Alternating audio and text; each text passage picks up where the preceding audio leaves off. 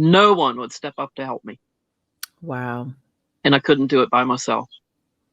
But I finally, on the 4th try, got the heck out of there and had to leave my daughter behind, but she was 17 at that time.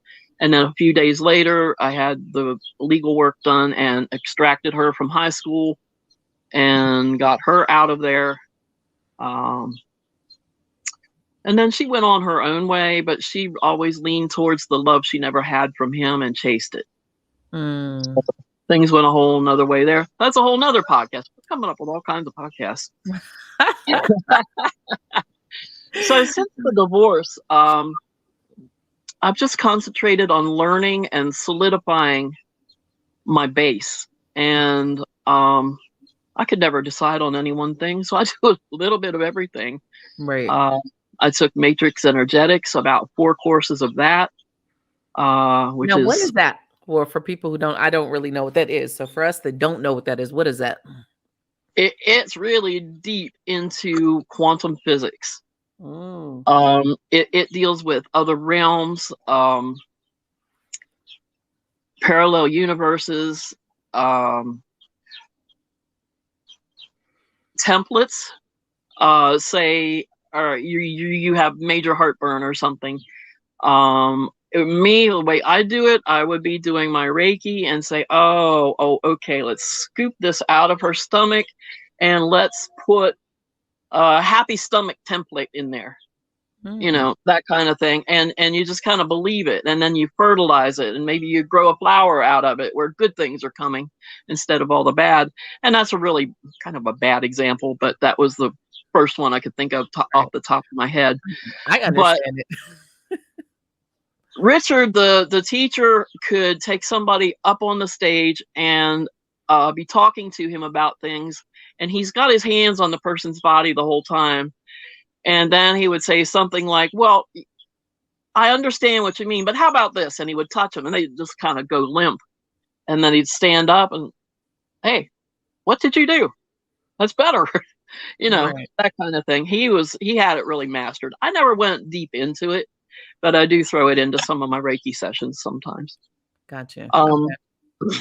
So, and I've done a lot of teaching. I was an instructor at a community college for alternative therapies. I find that teaching helps make it more solid with me, and I enjoy teaching. Yeah. And then I had a little hiatus from it, where it just the tendency to work Reiki. This was after I also grew up on the racetrack, horse racing, and I was the only one that I know of licensed and permitted to go into the jockey's room. They're sequestered before races, to go in there, and I set up a table in the one sleeping room where they could come in and be worked on. $30 a pop, you know. And what jockey doesn't have aches and pains or hurt or riding with an injury? So it was just one after another there. I was able to kind of get more polished and grow. The more you do, the more it flows, and the better it gets. So I was doing that, and then just kind of stopped. I didn't know why then I wanted to do it, but I just couldn't bring myself to do it. Right. But I find now, because I'm rolling with it again, back into it while I was on the Sea Trail up in Braintree, Massachusetts, I was volunteering on donation night. People would come in for 3 hours, and there were 3 of us working. And they would give a donation to the food bank and lay down on the table and get half an hour of Reiki, which was so wonderful. And there was one poor woman who had no insurance and no money, and she had cancer, and she would come in every week, and we'd work on her, and she was improving. She was doing great. Oh. So from there, things really started to grow, and it was a springboard. I've been working on writing some books, been increasing my herbal stuff. I have a huge apothecary in my room. Roommates are always wondering, what's that? What are you cooking in there? What is that thing? It's just herb soaking. That's all. It's all natural. Doesn't everybody? No. So I have a whole 6-foot tall bookshelf dedicated to all that stuff. Yeah. So yeah, getting back into it and just really, really feeling it now. I needed to mend some things. I had more healing to do before Mm, I was ready for this phase. right, So that's how I see that few years off. right, That's what right. has come to me. I think sometimes it just is a natural in our lives because as healers, we are doing so much that we forget about us. It's just, it is what it is, right? And then spirit's Mhm. like, no, I'm going to put you on your ass. So you take a break. You take a break, Yeah, you get can it ignore together, spirit if you want to. and then It'll come just back. slap you with a nice tower. Yes. And then it's like, then you could come back. So I know with we all get to this point that says, okay, this is my calling, right? So what do you love most about Reiki? What is the most thing that you could just say, hands down, this is why I'm doing it and I love this about it?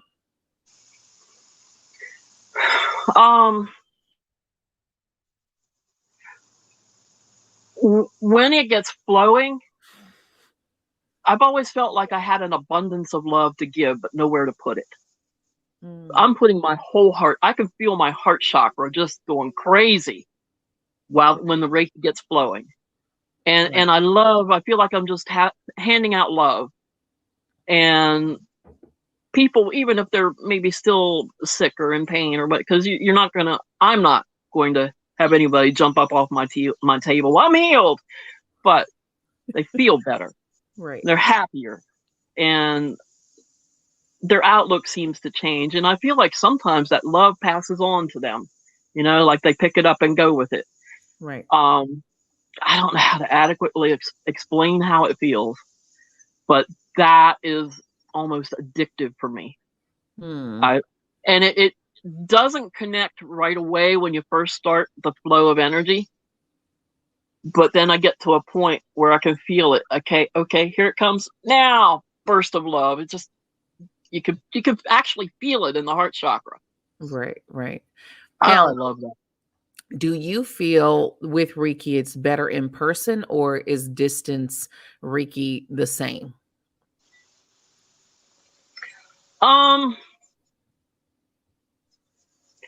Distance Reiki actually is said to be more powerful, Mm-hmm. and I have had someone 50 miles from me tell me, you know what? 2 o'clock in the morning, I woke up and I felt like hot hands on my back, which, yeah, I was working on your back. Right, right, right. So, they're a little different, but they both are very powerful, and I can't say that one is better than the other. Okay. If you're a peoply person, you enjoy being there and doing the hands on. Right. Um, I'm not horribly peoply, peoply while I'm around them, but then I want to withdraw. Right, right. So I don't know. I enjoy a nice mix of both. Okay. Okay. That I was doing up there in Braintree, I don't know. I think spirit just pushed the right people to me to inspire me to fire up again. Mm, Um, there was an incident. I was working on this one lady, young lady, on a table, and I lost track of time because you got to keep glancing up at the clock, because there's a person out there waiting. But I lost track of time. I ran 5 minutes over the flow, and we were just vibing with our energies. It was an experience I'd never quite had before, mm. and I hated to disconnect. And she had gone like sound asleep and said she was having lucid dreams, and you know, Wow. um, and in the little bit of conversation afterwards, I found out why. She's a yoga instructor, of course. Yeah, she's chilling, Yeah. vibing. Oh man. She felt the same way I did. She said, "Wow, I've never felt anything quite like that. I loved it. I hated to get up." So yeah, I Yeah. hated to stop. Is there a dark side to Reiki that we don't know about? No. Okay. You know what the dark side is? If you try to put ill intentions in it, it's going to bounce right Mhm. off, and you're going to get those ill intentions. Okay. That's the best I could call a dark side. Okay. You Okay. can't do any wrong. But if your intentions aren't pure, Mm, it's going to come back on you, and you've got to keep your ego out of it. You've got mm. to. it's not so much going to hurt you, but you're just going to hit a rubber wall. Okay. It's not going to be effective. Because Like the universe the will just shut you right down. Say, get rid of that ego. Okay, now we'll let it flow. right ego, It is like not you. someone gets all into it, like they're healing this person, like they're Mm-hmm. too much into I'm healing you.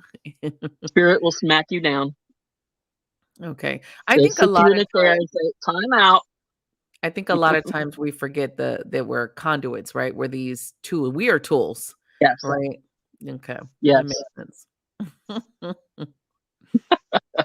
It's like you're not the powerful Oz. Sit down. Sit down. I love Yeah. spirit 'cause you will get that smackdown Take real. the corner. I mean, not that we're Absolutely. not doing work, because we're definitely there doing work, but it's definitely not alone. It's not Yeah. alone Oh, no. in it. No. I like that. I think most spiritual practices are deemed a lot of shit that it isn't. That's why I asked. Like, so people will Yeah. know. I don't think I've ever heard anything bad about Reiki besides um I think I heard one time this lady was talking about a client that he didn't receive the Reiki well. That can happen though. I think people kind of come into it. You know how people come in sometimes it's with an expectation, I think, with every healing thing. And I think you really need to be open-minded with whatever you're Right. doing when it comes to especially anything healing. But I don't know if that's something that's just on their side or the person, you know. Well, the way I was taught, and I found it to be true, yes, we need to be open conduits and ask the Reiki to flow. We need to ask all the helpers to come and assist if they're willing to do so. We need to Mhm. ask for the greatest good, not say, "Oh, I want to heal this person's cancer. I want to heal this person's festering big toe, whatever." Right, You ask for the greatest good because right, it doesn't just go to right to something like that. right, It heals on different planes. It starts with the soul, right, and then it works on the mental and emotional, and then is when the physical healing can come. So right, we have to be open to that. But your person on your table or your person across the country, whatever they're doing while you're doing it, needs to really be open to it right. because they can close that door and your Reiki just goes everywhere but to that person. It Mm, goes out into the universe. right, And my Reiki teacher had said that you need to ask permission first. But I found that if they don't want it, they're not going to receive it. right, right, right. I was gonna say, because you may say you want it, because even Like when I love that you guys say for the greatest good, because sometimes the greatest good is not the cure. I think a lot of people don't understand that part, right? Because even when sometimes they're we just explaining it, don't know what it is. It looks right, like this over here, but it's really that over there. right, right, right. It's just Or the travel to that physical is particular part. manifesting because of some deep seated thing in the soul. Right, right. And I love that you just said that, because I don't think a lot of people know that about Reiki. They just think that you're sending the healing to this particular part, but you're actually doing it on that soul level. And we know ailments come Mhm. from where? On a soul level. It manifests through the physical Yeah. somewhere.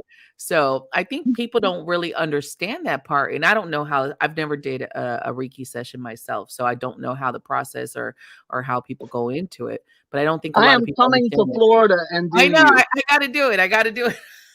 You'll be the first one. You'll be the first I one that want I to do actually an in do. person with you so that you can ask questions and understand, and Right, then I can do distance with you. right, And right. You'll the other thing, Reiki usually takes more than one session, 7, 8, 10. What it takes, whatever it takes, according to what you've experienced, how damaged you are, right, and how open you are to receive. Sometimes you find a little crack, and you've got to right, seep in there and open it up. right. Um, Well,